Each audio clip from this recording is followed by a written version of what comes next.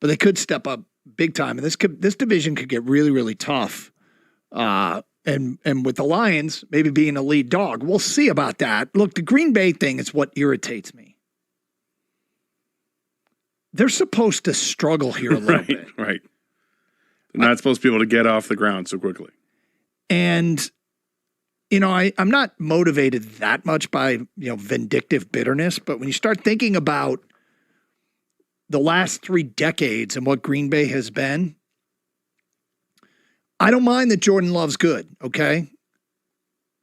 But if he gets into that category with Favre and Rodgers, where he's one of the top 2-3 quarterbacks in the NFL, maybe Favre was never that good, but good enough to win a Super Bowl, good enough to have those kinds of seasons. I mean, I realize it's just the competence of an organization and they should be praised for it. I don't have to do it here because sitting in my chair, I'm just getting irritated that they might have done it again. Well, it's irritating. I mean, to watch the Packers grow this year, gain confidence, get better. It's a very young team where they're all growing together, and that offense together is frightening how good they can be because the receivers are all within like the first couple years of existence in the NFL, and they got a quarterback who just started this year in the NFL. And then you watch them go down to Dallas and just destroy the Cowboys with offensive, awesome destruction. You're like, come on, this isn't happening again, is it? And it might be happening again. But as you said earlier, the Lions are in a good place because the Lions look like they've got a team that can be sustainably good for a while. And it could be fun watching these division battles where the games mean something during the middle of the season. It could be a lot of fun, and it could be a lot of heartache too. And we don't want to experience the heartache. No, we've had our share. One could argue. Yeah. Meanwhile, but you got a Green Bay team that their rebuild. What was their rebuild timeline? I feel like their rebuild literally was the loss to the Lions to wrap up the 2022 season, and then the rebuild was over. They lost one game to miss out on the playoffs. Came back the next year, handed the keys to a young quarterback, and that concluded their rebuild. Are you kidding me? That's right. Like, I get it. I understand. It's competence. Hey, good news. I got a text message. Did you? Yeah. Is it from me? Let's find out. Yeah. Gator had an AT&T phone and it wasn't working. Yes, it was from you. Was it? What did it say? It was one word. And? What was that word? Nugget. Great word. That is correct. Anyway, this division, I feel like I was hoping we were entering an era where the Lions were just going to run this thing, and maybe they still will, and it'll be even more gratifying if the division's good.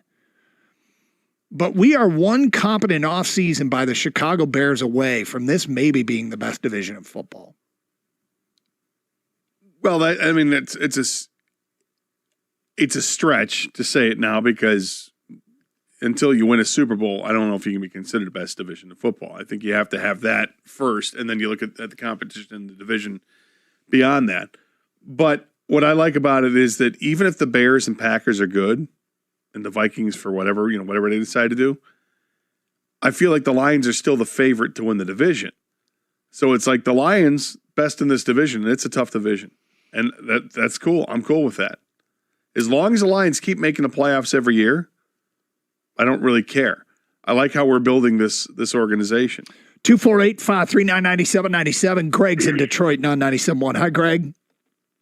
Hey, guys. Thanks for taking my call. Sure. And I don't know who I am anymore. I just don't know who I am. I said this during the season that I was really concerned about the progression of Green Bay, and the question was posed one game, who do you fear the most going into the postseason? And I said Green Bay. And the reason I said it because Green Bay grew kind of the right way. As they were growing, they had time to grow. Their fan base wasn't assassinating them. They grew the right way. And Jordan Love just grew expeditiously and with a lot of confidence. Their defense woke up and the running game really woke up. So, and if Minnesota gets this quarterback that they want, I'm concerned about them because their defense really woke up. And if Justin Fields happens to go to Atlanta, that's really going to make Atlanta a formidable foe. So I always said that next season it's going to be the black and blue division. And I'm concerned of how many times we have to play each other because it's hard to beat a team twice. So I'm concerned, and my thing is I hope the Lions make all the picks to be the favorite going, but it's hard to beat a team twice, and it really depends on at what point of the season that you play these guys. Well, thank you for the phone call, Greg. Look, the fact is, yeah, it is hard to beat a team twice, but only if they're good. I mean, if they're bad, it's easy. Is it foolish for me to be very dismissive of Minnesota?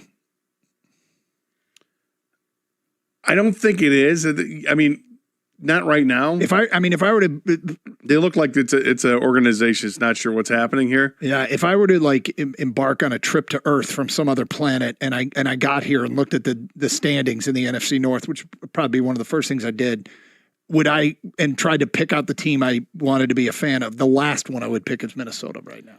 Yeah, I mean, they've got talent on that team, but they also have, I don't know, a question about direction with that team. What's going to happen to the quarterback? Are they going to bring Kirk Cousins back? Is it going to be affordable?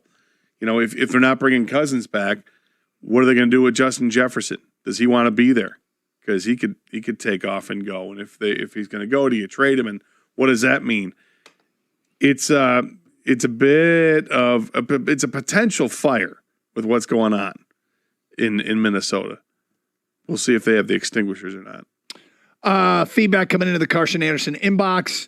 Keep Fields, draft Marvin Harrison Jr. #1, and take the best offensive lineman with the other first rounder. Imagine Harrison and Moore against the Lions secondary. Not good for the Lions. That's from Mike. That's what I would right. do. That sounds very scary, and I don't expect the Bears to do that.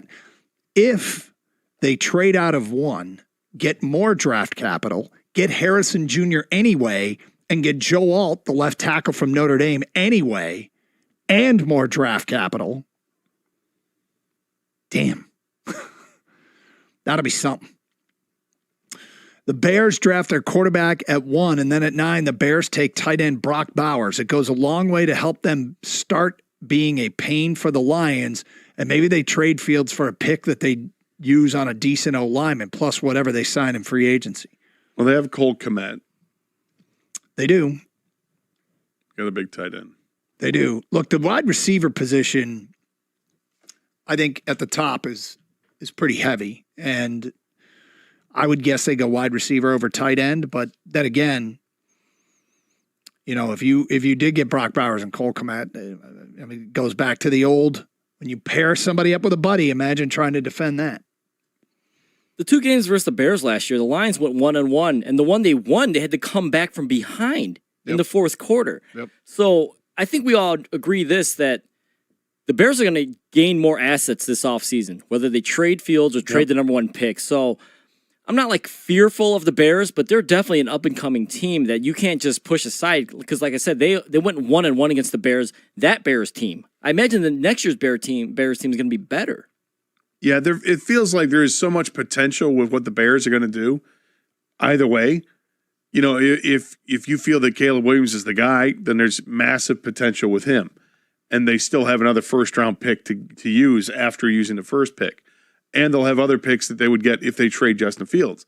If they don't, the upside of Justin Fields is still massive. He has just scratched the surface of what he can be.